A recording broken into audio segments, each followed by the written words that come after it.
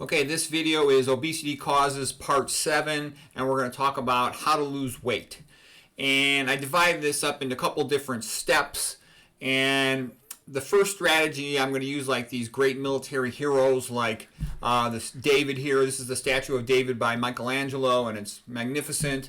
And so David, successfully fought against Goliath with one fell swoop with a slingshot. And the point I'm going to say to you is the big one fell swoop is to go very low fat, whole food, plant-based diet, 100% vegan, salt, oil, sugar free. Sometimes people put the word sofas in there, also including flour and artificial sweeteners free. And that gives you dietary control of your health. You'll put everything in a big, strong direction. And the other thing I want to tell you is you have to forget social thinking. Social thinking is good for social situations. When in Rome, do as the Romans do.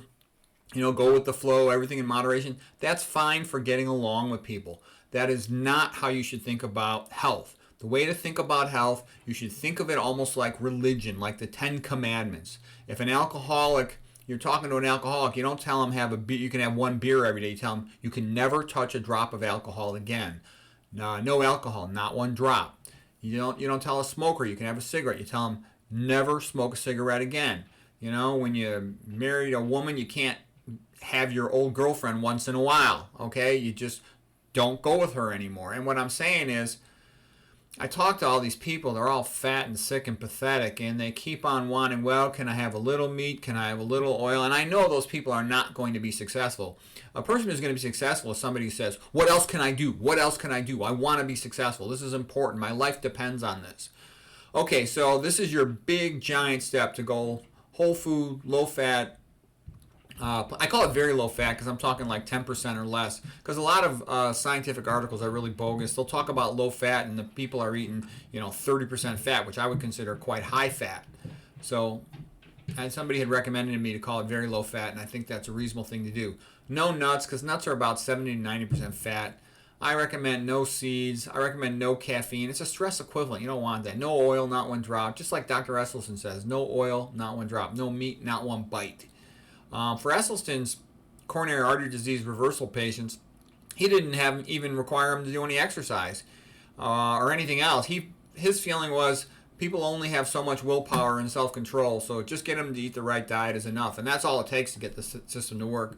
Lots of docs have shown that the very low-fat vegan diet is very helpful for optimizing body weight and preventing atherosclerosis, including the work of Dr. Dean Ornish, Walter Kempner, John McNougal, as well as Nathan Pritikin's work, Chef AJ's work, and others. Everybody, goes down this routine of almost entirely plant-based, better yet 100% plant-based, low-fat plants.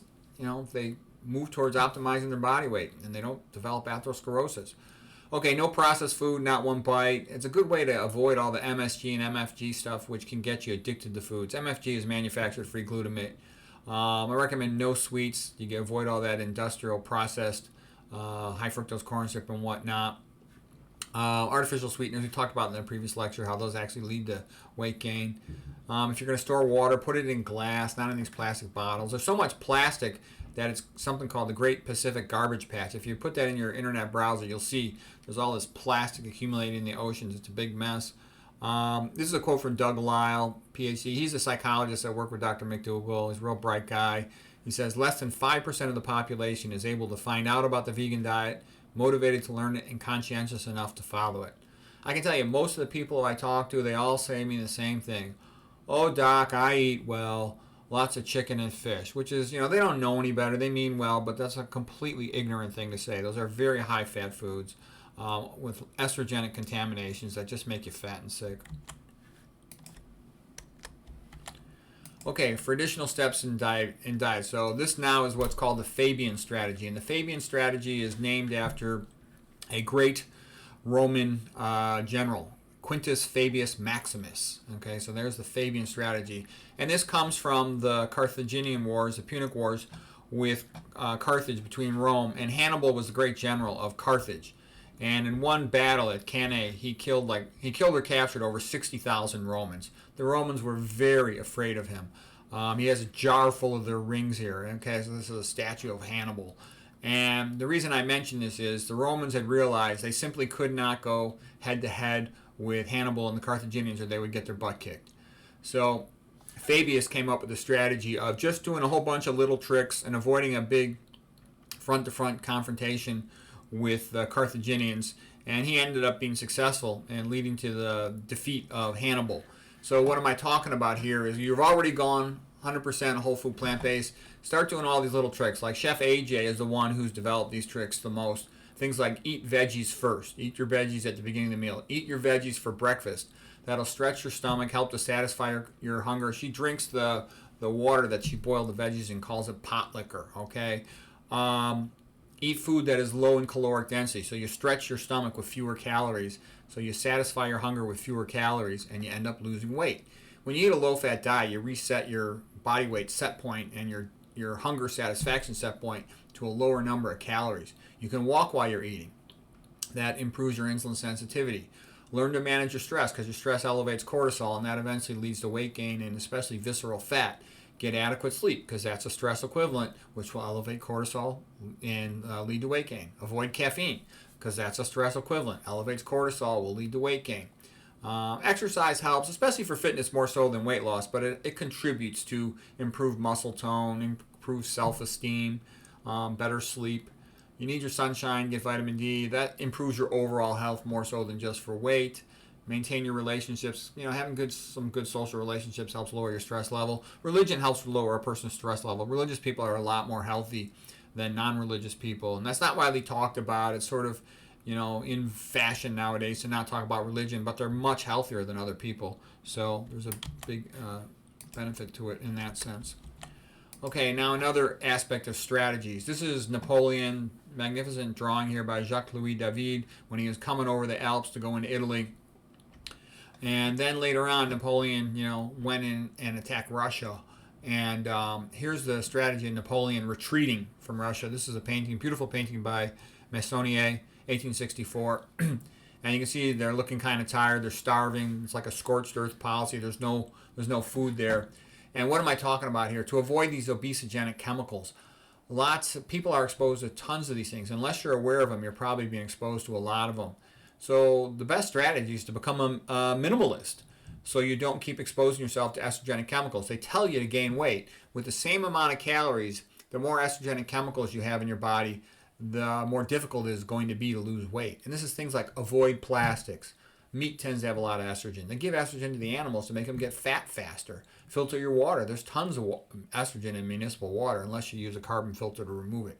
You need at least a carbon filter to remove it. It's nice to have a whole house carbon filter and a kitchen reverse osmosis filter is a good way to go.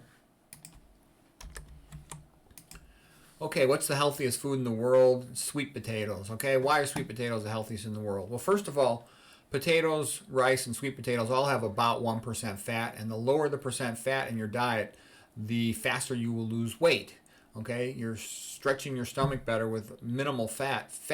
McDougall has a famous quote, the fat you eat is the fat you wear. The more fat you eat, the fatter you get. Okay, lower in protein is also better. You're less likely to turn on mTOR, which promotes fat accumulation as well. So what I love about sweet potatoes is not only are they super low in fat, they're also quite low in protein, only about 4.5% protein. You want low protein. You got to get all this modern, sad diet nonsense out of your head, because the average person I talk to, they think, oh, I need to get protein, I need to get calcium. That's completely wrong. And I need to get good fats. There's no such thing as good fats. It's impossible to be too low in protein. It's impossible to be too low in fat. So how can you know that that is a true statement?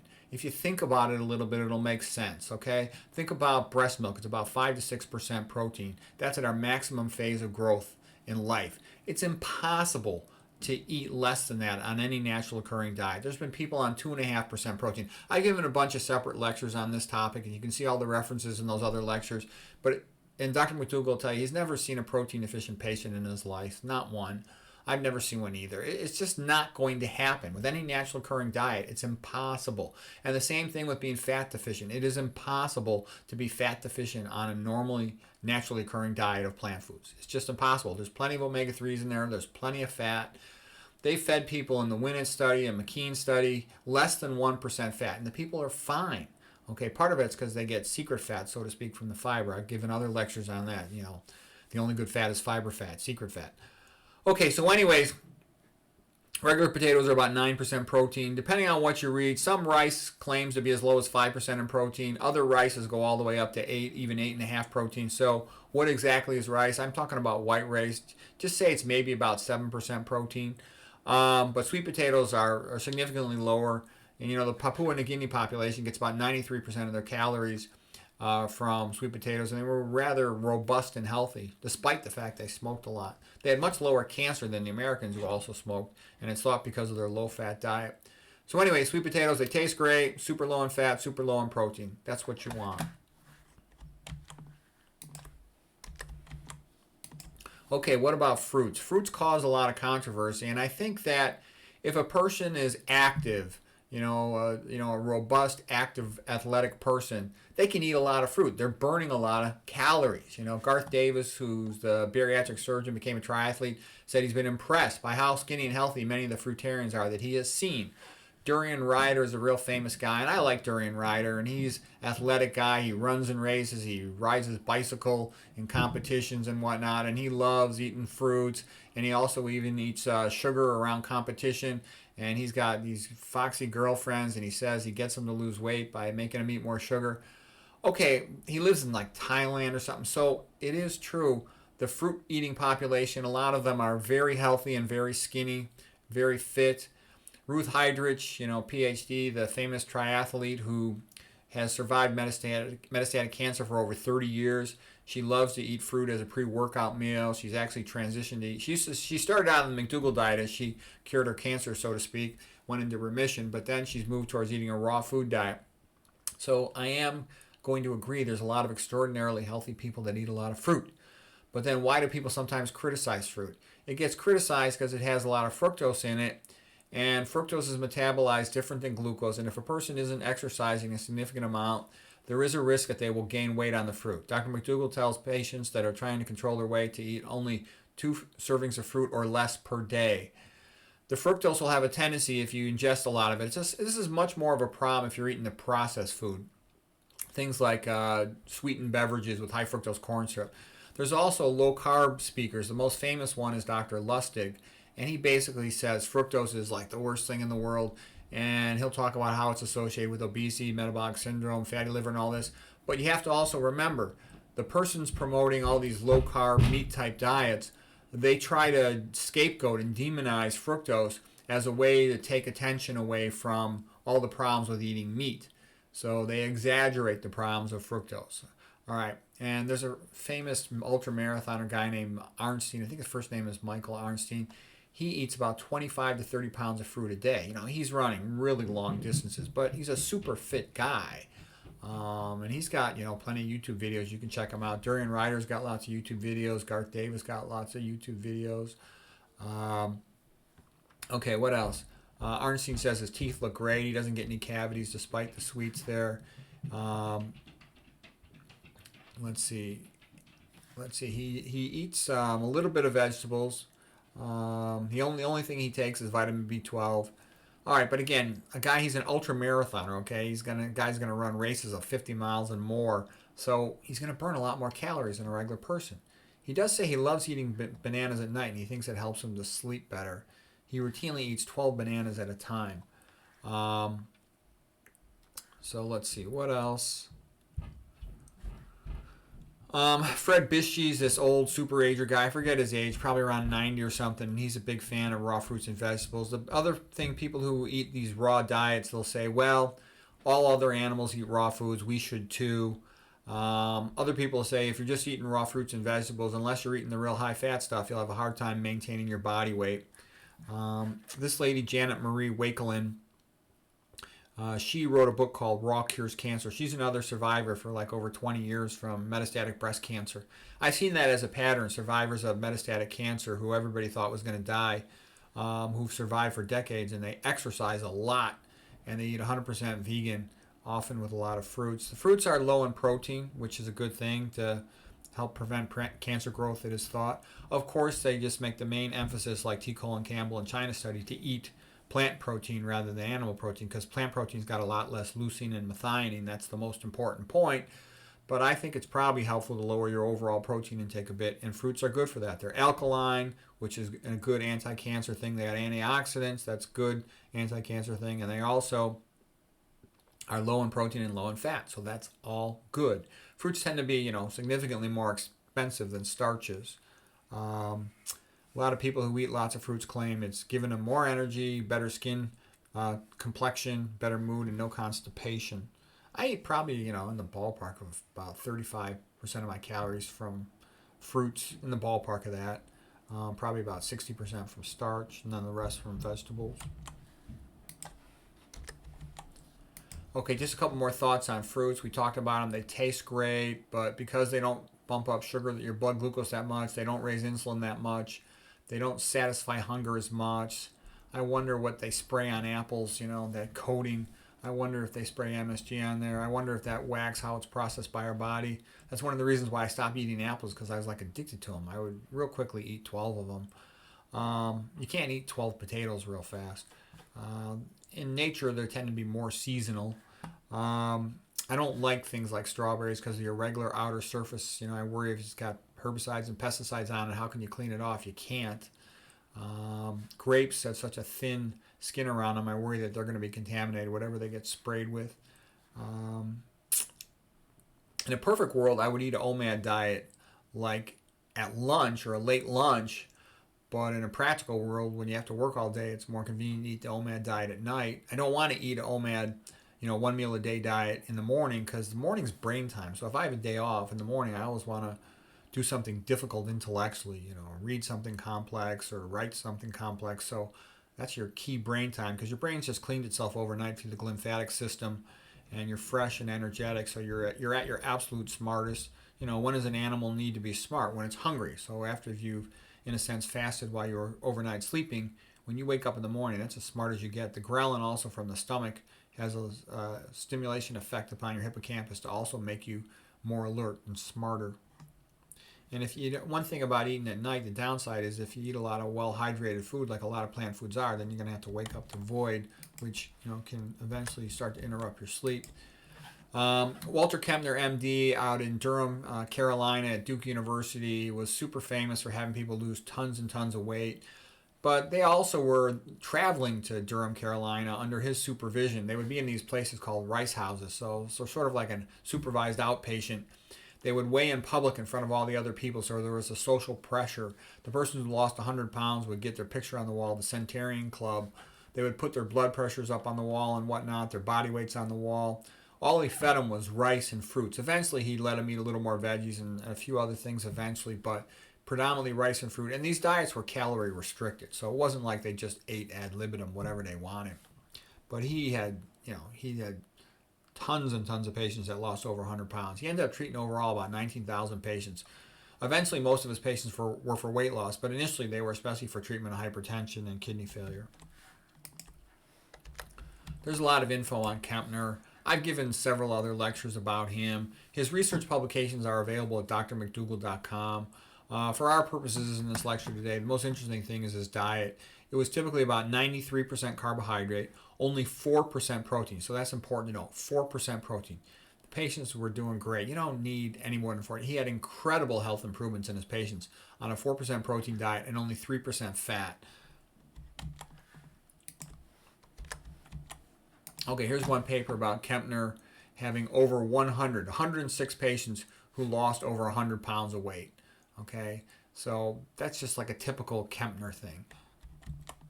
Dr. McDougall said probably is the best doctor who ever lived. The greatest doctor who ever lived. All right, Kempner showed that you could reverse diabetic retinopathy, hypertensive retinopathy. He kept records of the eye ground photographs, and he would show patients who reversed their disease. Okay, he was reversing diabetes on a super high carbohydrate diet, 93% carbohydrates. It's extraordinary. He kept their chest x-rays, and many of them improved their chest x-ray. Part of that is because when they got less fat, they could lower their diaphragm more, and that caused the effect to decrease the size of the heart. But perhaps he reversed some congestive heart failure as well. He, of course, lost tons of weight. Their blood pressures would quite often come down from systolics 200 or higher down to normal. Oh, this lady, Jean Renfro Anspaugh, was a fat patient who went and lost weight out there in Durham. And she wrote a book called Fat Like Us. It's a very entertaining book. You know, Durham, she called it dieting capital of the world. All these fat people were making a pilgrimage, she called it, to Durham. They felt the call. It was like Canterbury Tales, all kinds of funny language, you know. She talked about it. The pool in Durham was the whale watch for all the fat people. She's got a lot of funny lingo. It's an entertaining book if you're interested in that. Oh, Kempner was a big time ladies' man. That's a long story. We're not going to get into it today. Just briefly, you know, red blood cells are about 7 microns in diameter. Capillaries about 5 microns in diameter. So the red blood cells have to deform a little bit to pass through the capillary. Normal blood pressure, let's say something like 110 over 70. All right, that's an ideal blood pressure. With a hypertensive patient, they'll often have a wider pulse pressure, the distance between the systolic to the diastolic one. So this would be a pulse pressure of 100. Rouleau formation is when the red blood cells are stuck together by a bridging molecule, typically most commonly LDL cholesterol. IgM antibodies can do it. Fibrinogen, an acute phase reactant with inflammation and stress from the liver, can do it.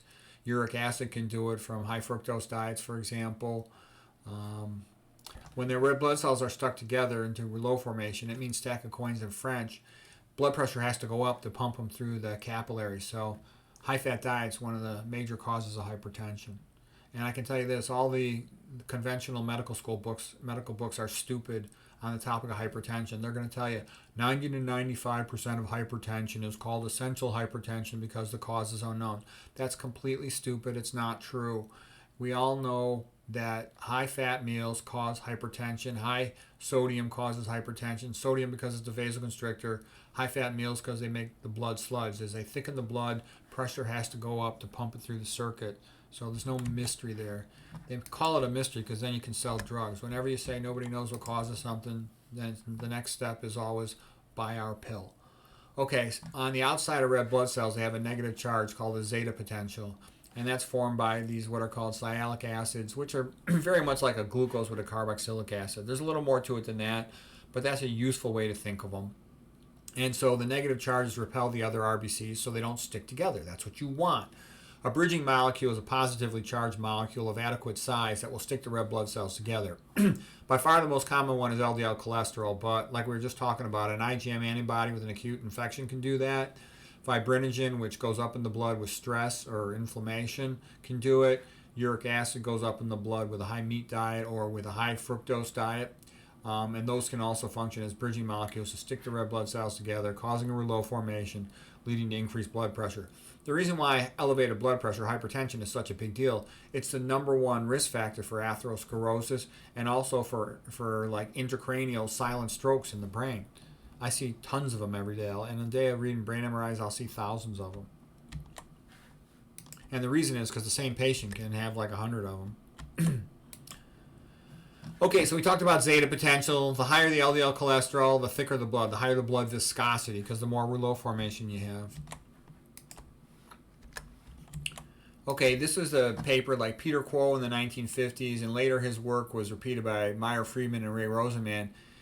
As a cardiologist, he took these patients with cardiac angina, chest pain related due to ischemia, arterial occlusion, and he showed that, stenosis or occlusion, and he showed that he checked the blood lipids on the patients every 30 minutes. And he showed that at peak lipemia with saturated fat peaking in the ballpark of around 5 hours. So you're going to have high lipemia between about 4 to 7 hours with the saturated fat. With the unsaturated fat, you would have a more prolonged thickening of the blood. It was thickening the blood so much so, and for such a prolonged amount of time, the staff wanted to go home because they'd start these experiments in the morning, and at 9 hours, there was still real thick blood sludge, if you will. Ray Rosenman and Meyer Friedman, they would look at the vessels in their eyes with an 80 times magnification microscope, and they could see the small arterioles in the eye stenosing or occluding even. So, high-fat diet is a disaster for vascular health, and every organ system in your body needs good blood flow in order to be healthy. Okay, here's the Wynn-Kessel effect. When the heart contracts, it pushes blood into the ascending thoracic aorta. The ascending thoracic aorta is stretched outward by the high pressure from cardiac contraction. It has elastic fibers that recoil inward during diastole. That's the relaxin phase of the heart. And this elastic recoil also helps to propel blood flow during diastole. So that's why the ascending thoracic aorta has been called the second heart. It's also been called the wind castle. Wind castle is like a accordion-like thing you use to blow air on the kindles to help start a fire. And after 20 years of age, these elastic fibers cannot be replaced. So if a person's been eating a high-fat diet, they're going to progressively destroy by overstretching these elastic fibers in their ascending thoracic aorta, and they're going to lose their ability to generate good diastolic flow. And because of that, the body will compensate by having higher systolic pressures. That's also why you seldom see diastolic hypertension in people after 50 years of age, because they've lost their elastic fibers in their ascending thoracic aorta and they can't replace them. Okay, normal blood flow should be a parabolic velocity profile. Red blood cells in the center, white blood cells adjacent, and then plasma along the periphery. And that's called laminar blood flow. When the arterial blood flow comes up, it'll hit a branch point. And here's like one of the most common locations of atherosclerosis in the human body is internal carotid artery. Internal carotid artery goes to the brain. External carotid artery goes to the face. And by the way, it's the same thing happening in all the branch points at other locations in the body, like in the coronary arteries. Those are two of the main initial spots where atherosclerosis occurs. So the blood flow comes up. The higher the pressure, the worse it is, and it hits the median divider. It bounces off the median divider, and it'll have a lot of turbulent flow. It'll also have these retrograde eddy currents. So retrograde flow, slow flow, they're called eddy currents. And the point is, there's always going to be some under normal conditions, but under the worse the hypertension, the more of this there is. And when there's a lot of this retrograde flow and turbulent flow, it confuses the arterial lining cells in the internal carotid artery. And they sense that there's an arterial injury, and they start to downregulate. Actually, they shed their glycocalyx of antithrombotic materials, things like heparin sulfate, antithrombin 3, and they express more of these vascular cell adhesion type molecules that are prothrombotic. So you'll form little blood clots along the outer wall away from the median divider within the internal carotid artery. Then endothelial precursor cells will cover it up, and that's how the clot and the cholesterol get into the subendothelium. It contains cholesterol because of the LDL cholesterol sticking the red blood cells together because of rouleau formation. And that's how cholesterol gets trapped in the arterial wall. It's covered with endothelial precursor cells that are circulating in the blood. Okay, then you end up with a steady state of reabsorption and new formation. Okay, so you want to break the cycle by minimizing your dietary fat. Eventually, as people get older, they're less able to control the process, and the atherosclerosis tends to progress more rapidly and get ahead of them and start causing problems like strokes or heart attacks in the coronary arteries. So here's your endothelial cells, the lining cells of your arteries, and they're typically spindle shaped and they're lined up in the direction of blood flow. Okay, so normal laminar flow flows over them. They have mechanoreceptors that sense the direction of flow. When there's turbulent flow, it confuses those mechanoreceptors. Okay, here's just some of the things that an endothelial cell does. It has antithrombin 3 and heparin sulfate on its surface with their negative charges, so the endothelial cell has its own zeta potential. Okay, it releases, in particular for our purposes, we care about NO as nitric oxide, and that helps prevent platelets sticking together, so it prevents platelet aggregation, and it also dilates these arteries. It causes relaxation of the vascular smooth muscle. So nitric oxide is your friend, vasodilating the smooth muscle. Potassium also helps to keep these smooth muscle cells dilated, as does magnesium. Potassium and magnesium both come from plant foods, whereas high sodium tends to cause the effect of constriction of the smooth muscle cells. And when they're contracted, when I say constriction, I mean contraction there, that raises blood pressure. And you don't want that. Can coronary artery disease, atherosclerosis be reversed? Yes, partially. An atherosclerotic plaque contains lipid core, like from the cholesterol and whatnot, and from the red blood cell plasma membranes broken down. That can be reabsorbed. The necrotic material, that can be reabsorbed. The acute clot, that can be partially reabsorbed. There's going to be fibrous tissue. The old chronic fibrous tissue is relatively acellular. That cannot be reabsorbed. The calcification, that cannot be reabsorbed. but the early fibrous tissue that's still relatively cellular, that can be partially reabsorbed. So the point is, you can shrink an atherosclerotic plaque by resorbing the parts of it that can be reabsorbed. And also importantly, the endothelial cells, yeah, this says EPC for endothelial precursor cells, but it reforms an endothelium over the clot. Those can start to function again and produce more nitric oxide to vasodilate the artery. So you can get dramatic improvements in blood flow, and that's a wonderful, important thing. Okay, the patterns of atherosclerosis. The Western atherosclerosis pattern is primarily in the coronary arteries and in the carotid arteries from these high-fat diets. Versus there's something called the Asian pattern of atherosclerosis, like in Japan, and they were eating tons of sodium, like 14 grams a day, and they were smoking a lot of cigarettes, and that was associated with hypertension, and they would have a tendency to get intracranial atherosclerosis, increasing their risk of stroke. And I'm going to show you this table, and this table is a really great thing, and this is also why people will say to me, "Oh, why are you so confident?" And I'm going to tell you, it's obvious. Spend some time studying epidemiology. Look at the Yanomamo in South America. Look at the Tarahumara versus the Pima. Look at any of these other emigration studies. It's just obvious, okay? American diet is high, especially in saturated fat. They get tons of coronary artery disease. It's their most common cause of death. They get tons of hypertension, diabetes. They have lots of strokes. It's very routine for the men to be impotent. More than half the men are impotent by around 50 years of age. Okay, that's pathetic. They have a very high incidence of cancer. Then you look at the East Asians, that's like the Japanese, Koreans, Chinese, and they were typically, traditionally, the Japanese especially, eating tons of sodium, giving them hypertension. They're also smoking lots of cigarettes, again contributing to hypertension. That's associated with intracranial atherosclerosis and strokes. Because they ate a lot of fruits and vegetables, that helped to protect them to a large degree from cancer and from diabetes. They didn't eat much saturated fat. Now the South Asians, those are like people from India. The thing that gets them in trouble is they tend to eat a lot of fried foods with those omega-6 cooking oils. So despite the fact that they're often quite skinny and they will call themselves vegetarians, they also eat this ghee butter stuff that's dairy product with can be high in saturated fat. But the big thing, as far as my reading can tell, and from my talking to persons that eat that way, is that the high omega-6 oils are predisposing them to a lot of diabetes. And that's especially the research work of Dr. Yamashima, Dr. Tetsumori Yamashima. And his research concluded that lipid peroxidation of omega-6 cooking oils not only damages the brain, increasing the risk of dementia, but it damages the pancreatic beta cells, decreasing their ability to produce insulin. And he thinks that's why a lot of persons of Indian descent have diabetes, even though they're not that fat. Okay, so you see all this suffering and disease, and then you say to yourself, well, how could I escape that? And here's the best you could do. Low fat will really mean very low fat, low sodium, vegan diet. It's low in all these diseases. I mean, the incidence of hypertension amongst the Yanomamo and the Tarahumara, it's about 0, okay? Whereas in Americans, it's like everybody practically over 50 or 60. They all get hypertensive. They all get coronary artery disease. If you eat a herbivore, a high-fat diet, it's going to get coronary artery disease, okay? It's going to get atherosclerosis. So this is wonderful news. I mean, it doesn't get any better in health than that.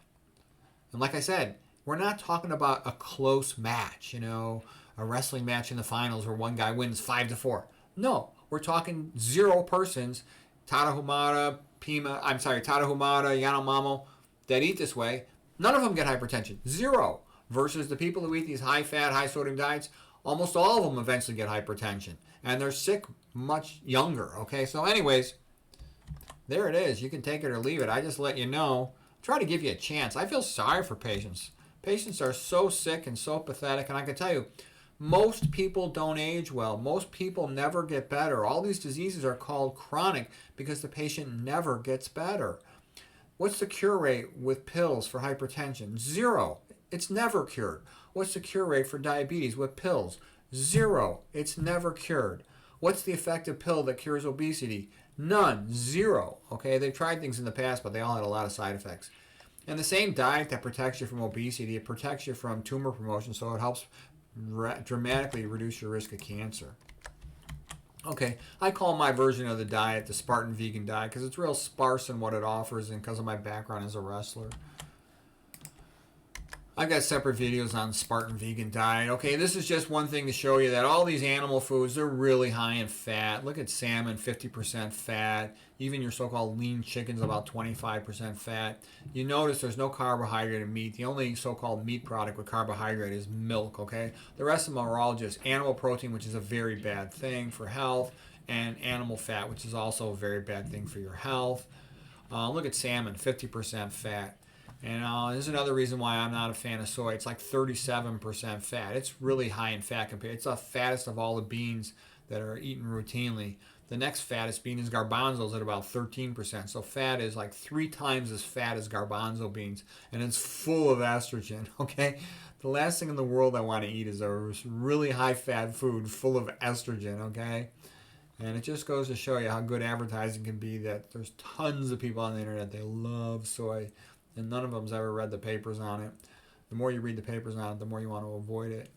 Oatmeal is 16% fat, which is like relatively fat for a grain, but that's still a pretty low amount, and you could eat oatmeal and be real healthy.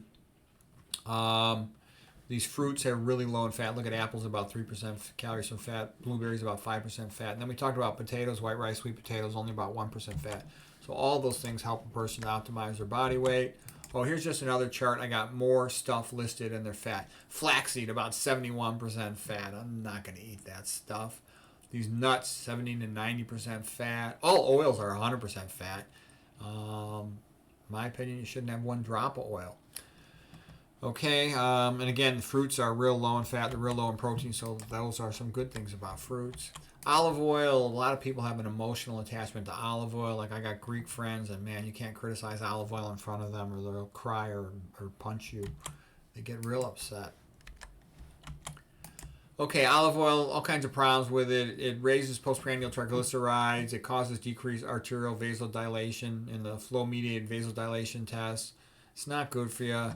Any type of fat you eat is going to end up increasing your atherosclerosis risk. Blankenhorn's paper in 1978 showed that all the fats increase atherosclerosis. They're all bad for arterial health.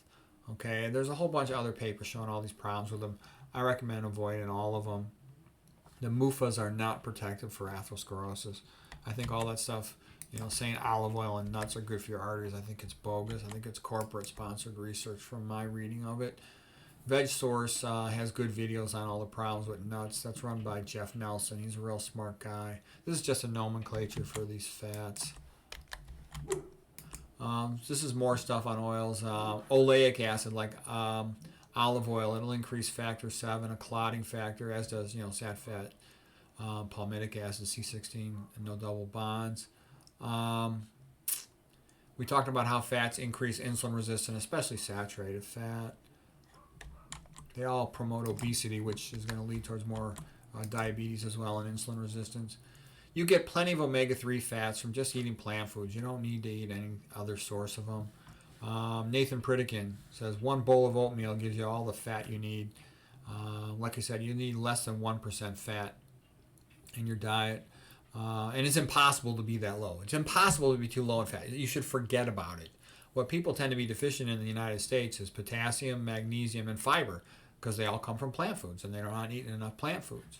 Kepner didn't allow his patient to eat nuts, nor does Dr. Esselstyn. Here's a quote from Neil Bernard. He also says leafy greens have lots of essential fatty acids and are the best source of omega-3 fats. Okay, problems with fish oil. They cause immunosuppression. They increase your risk of diabetes. They increase your risk of prostate cancer. I got separate lectures on all the problems with omega-3 fats and olive oil. And the way I see it is lots of people get trapped in a positive reinforcement feedback cycle, like a vicious cycle where they're eating the high-fat food. It's raising their dietary set point to make them fatter. It's causing insulin resistance, which leads to increased mTOR, which makes them fatter. And all these things keep going to make them fatter and fatter. And they just perpetuate the cycle. And the only way to break the cycle is stop eating all these high-fat foods. Avoid these estrogenic chemicals, these obesogens.